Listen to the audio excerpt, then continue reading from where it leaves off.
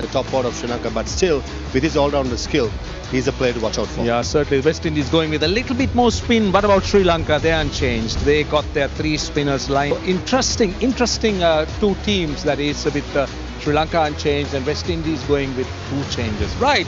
Now, all-important pitch. Now, how does it look? We do know that the second test, the pitch was dry. It took turn. In the second T20, I beg your pardon, it was dry and it took a spin and turn. Now, how does the third T20 surface look?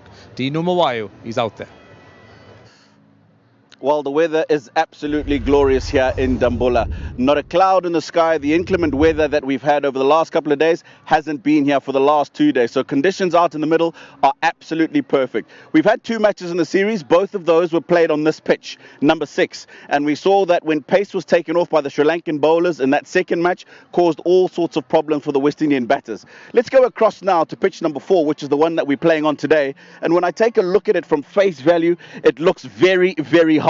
Dry cracks, and you can see that the grass has been cut very, very low, because you could almost see the roots are the ones that have been cut, not so much the blades of grass. I'm going to go down and just take a closer look, and that's the evidence of the dryness that I'm talking about. All these cracks that are on a length, and you can see that it really is going to provide conditions for the ball to turn later on, I think, in the innings. The hardness, though, I think will provide the impetus for batters to be able to hit the ball and hit boundaries early on. And talking about those boundaries early on, I just want to take you back to that first T20 international and just have a look at the different lengths that the Sri Lankan and the West Indian seamers bowled. West Indian seamers very much back of a length. They got the ball to move slightly from those areas, made it very difficult for the top order of Sri Lanka to get going, and that's why they got early wickets. When Sri Lanka came on to bowl, bowled a lot fuller, and it made it easier for the West Indies batters to hit down the ground. And evidence of that is this scoring areas that you can see at the moment. 64 of the boundary.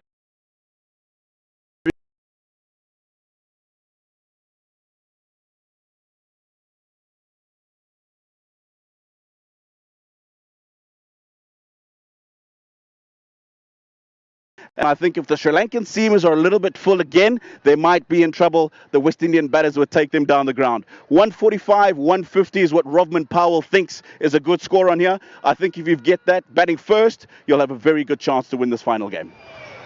Very interesting thoughts indeed about the pitch. West Indies batting first. How do you think this game will go? I think, Roshan, whoever wins the power play wins the